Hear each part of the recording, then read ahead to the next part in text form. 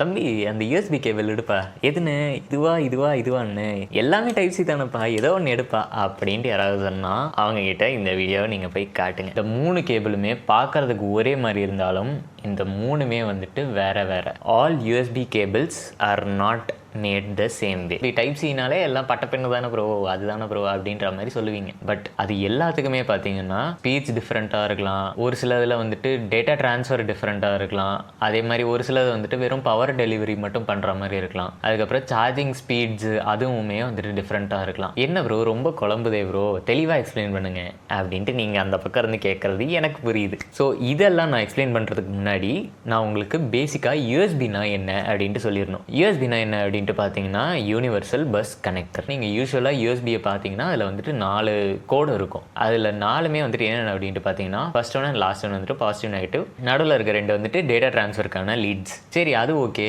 அப்புறம் இந்த நிறைய டைப் ஆஃப் கேபிள்லாம் சொன்னீங்களா, அதெல்லாம் என்ன அப்படின்ட்டு பார்த்தீங்கன்னா ஃபர்ஸ்ட் ஒன் பிடி ஒன்லி, அதாவது பவர் டெலிவரி மட்டும்தான். ஆஸ் த நேம் சஜஸ்ட் இதில் வந்துட்டு டேட்டா ட்ரான்ஸ்ஃபர் சுத்தமாக இருக்காது, வெறும் பாசிட்டிவ் நெகட்டிவ் அந்த பவர் இது மட்டும்தான் வந்துட்டு உங்களுக்கு இருக்கும். சரி இந்த கேபிளோட யூஸ் கேஸ் என்ன ப்ரோ அப்படின்றதும் உங்களுக்கு கேள்வி வரலாம். இதெல்லாம் வந்துட்டு மோஸ்ட்லி ட்ராவல் பண்ணுறவங்க யூஸ் பண்ணுறதுக்கு ரொம்பவே நல்லா இருக்கும். இல்லை ஏதாவது ஒரு தெரியாத இடத்துல வந்துட்டு நீங்கள் அந்த இது உங்கள் ஃபோனை கனெக்ட் பண்ணுறீங்க அப்படின்ற பட்சத்தில் அது பயங்கர யூஸ்ஃபுல்லாக இருக்கும். ஏன் அப்படின்ட்டு பார்த்தீங்கன்னா மோஸ்ட்லி பப்ளிக்கில் நமக்கு ஃப்ரீயாக இருக்க அந்த சார்ஜிங் போர்ட்ஸ் ஆர் சார்ஜிங் ஸ்டேஷன்ஸில் வந்துட்டு அவங்க இந்த மாதிரி டேட்டா ஸ்கிம்மர்ஸ் வைக்கிறதுக்கு நிறையவே சான்சஸ் இருக்குது. நம்ம ஃபோனையோ லேப்டாப்பையோ கனெக்ட் பண்ணோம்னா அது ஒரு சில டைம் நம்ம அக்ரி அளவுங்கிறது பார்க்காமையே கொடுத்துருவோம். ஸோ அந்த சமயத்தில் வந்துட்டு என்ன ஆகுனா நம்மளோட டேட்டாவை அவங்க ஆக்சஸ் பண்ணுறதுக்கு சான்சஸ் அதிகமாக இருக்குது. ஓல்டர் ஃபோன்ஸில் இதுக்கு நிறையவே அதிகமாக சான்சஸ் இருக்குது. ஏன்னா அப்போல்லாம் அந்த அளவுக்கு ரெஸ்ட்ரிக்ஷன்ஸ் கிடையாது. இப்போ நியூயர் ஃபோன்ஸில் வந்துட்டு மோஸ்ட்லி உங்களுக்கு நீங்கள் do you want to trust this computer, இல்லை வெறும் சார்ஜிங் மட்டும்தான் இது பண்ணுறீங்களா, அந்த மாதிரிலாம் விஷயங்கள் கேட்கும். அதுக்கடுத்து டேட்டா ட்ரான்ஸ்ஃபர் கேபிள். டேட்டா ட்ரான்ஸ்ஃபரில் என்ன பண்ணுவோம், நம்ம பாட்டு இதெல்லாம் ட்ரான்ஸ்ஃபர் பண்ணுவோம், அப்படி இல்லைனா படம் ட்ரான்ஸ்ஃபர் பண்ணுவோம், அப்படி இல்லைனா வந்துட்டு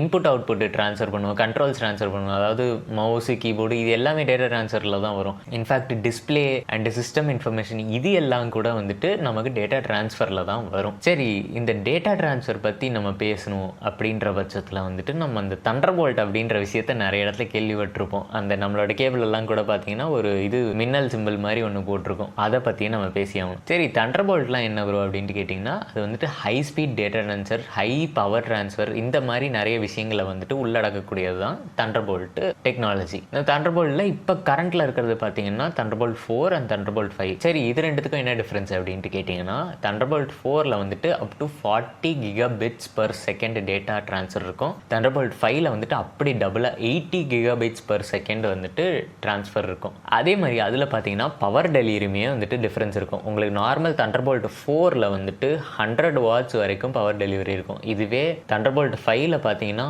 அப் to 240 watts of power delivery இருக்கும். அது வந்துட்டு கண்டிப்பாக ரொம்பவே அதிகம் தான் இன் மை ஒப்பீனியன். சரி அது மட்டும்தான் இருக்குமா, அப்புறம் டிஸ்பிளேவும் வந்துட்டு டேட்டாவில் சொன்னீங்களே அப்படின்னீங்கன்னா எஸ், இதுலேயும் தண்டர்போல்ட் 4ல் பார்த்தீங்கன்னா 2 4K 60 frames per second இருக்க டிஸ்பிளேவை கனெக்ட் பண்ணலாம்.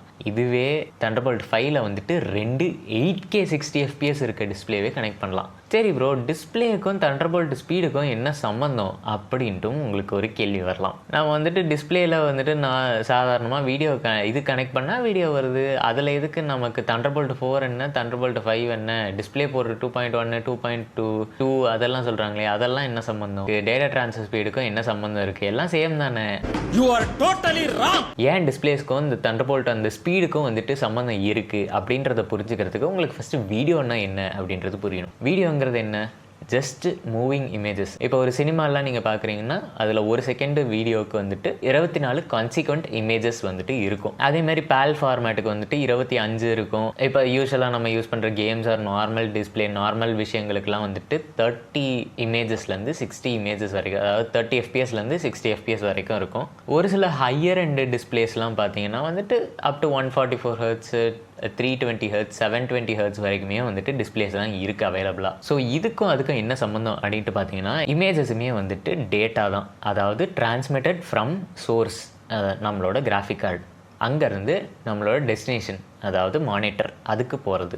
இந்த ரெண்டுத்துக்கும் நடுவில் இருக்க கனெக்ஷன் வந்துட்டு 100% ஒரு கேபிளில் தான் இருக்கும். மேபி ஒரு சிலர் இந்த வயர்லெஸ் இது இருக்க மானிட்டர் யூஸ் பண்ணுவீங்க, பட் 99% ஆஃப் த டைம்ஸ் வந்துட்டு கேபிள்ஸில் தான் இருக்கும். ஸோ ஹையர் ரெசல்யூஷன் போக போக வந்துட்டு நமக்கு ஹையர் டேட்டா இருக்கும். சே ஃபார் எக்ஸாம்பிள் ஒரு 8K இமேஜுக்கும் ஒரு 4K இமேஜுக்கும் வந்துட்டு டேட்டா இது பார்த்தீங்கன்னா அரௌண்ட் 4 டைம்ஸ் ஹையராக இருக்கும். அதனாலேயே வந்துட்டு பார்த்தீங்கன்னா உங்களுக்கு ஹையர் டேட்டா ட்ரான்ஸ்ஃபர் ஸ்பீட்ஸுமே வந்துட்டு தேவைப்படும். ஸோ இந்த இடத்துல தான் நம்ம இந்த Thunderbolt 4, Thunderbolt 5, டிஸ்பிளே போர்ட்டு 2.1, 2 அந்த மாதிரி ஹையர் ஸ்பீட்ஸ் இருக்க கேபிள் இங்கே வந்துட்டு தேவைப்படும். ஸோ பெட்டர் ரெசல்யூஷனுக்கு கேபிள்ஸ்லாம் வந்துட்டு கண்டிப்பாக இம்பார்ட்டன்ட் தான். அதே மாதிரி சிமிலராக பவர் டெலிவரிக்குமே வந்துட்டு கேபிள்ஸ் இம்பார்ட்டன்ட் தான். ஸோ நம்ம வந்துட்டு இப்போ ஒரு 45 வாட்ஸ் கேப்பபிலிட்டி இருக்க கேபிளில் வச்சுருக்கோம்னா அதில் வந்துட்டு உங்களுக்கு கேபிளோட காம்பனன்ஸே டிஃப்ரெண்ட்டாக இருக்கும். அதில் அவங்க யூஸ் பண்ணியிருக்க ஒயர் வந்துட்டு மோஸ்ட் ப்ராபப்லி கொஞ்சம் திக்கரான ஒயராக இருக்கும். ஏன்னா ஹையர் ஹீட் ரெசிஸ்டன்ஸ் இது பண்ணும் அப்படின்றதுக்காக. இதுவே வந்துட்டு ஒரு 5 வாட் இது இருக்க கேபிள் அப்படின்ற பட்சத்தில் வந்துட்டு அது கொஞ்சம் தின்னர் ஒயர் யூஸ் பண்ணியிருக்கலாம். மேபி ஓல்டர் டைம்ஸில் இருக்க ஒயரை வந்துட்டு நீங்கள் இப்போ போட்டிங்கன்னா ஒயரை நீங்கள் ஃபீல் பண்ணுறப்போ வந்துட்டு அது ஹீட் ஆகிறதுக்கு நிறையவே சான்சஸ் இருக்குது. ஏன்னா அதிகமான பவர் அதில் டிரான்ஸ்மிட் ஆகிறப்போ உங்களுக்கு அந்த காப்பர் ஒயர் உள்ளே இருக்க காப்பர் ஒயர் வந்துட்டு ஹீட் ஆகிறதுக்கு நிறையவே சான்சஸ் இருக்குது. ஸோ பவர் டெலிவரிக்குமே நீங்கள் ப்ராப்பரான கேபிள் தான் யூஸ் பண்ணணும். ஆப்வியஸ்லி அது அந்தளவுக்கு முக்கியம் இல்லை, பட் சஜஸ்டட் வந்துட்டு அப்படி யூஸ் பண்ணால் பெட்டராக இருக்கும். ஸோ இதுதான் மக்களே, நான் வந்துட்டு இந்த USB பற்றி, அந்த டைப் சி கேபிள்ஸ் பற்றி, அதே மாதிரி வந்துட்டு ஏன் டிஃப்ரெண்ட் டைப்ஸ் ஆஃப் அந்த இது Thunderbolt கேபிள்ஸ் எல்லாம் இருக்குது அப்படின்றத பற்றி பேசணும்னு நினச்சேன். I hope this videos informative. So இதே மாதிரி இன்ட்ரெஸ்டிங்கான கண்டென்ட்டுக்கு என்னோட சேனல் செக் அவுட் பண்ணி பாருங்கள். அண்டு அடுத்த வீடியோவில் பார்ப்போம். என்ன பாய்.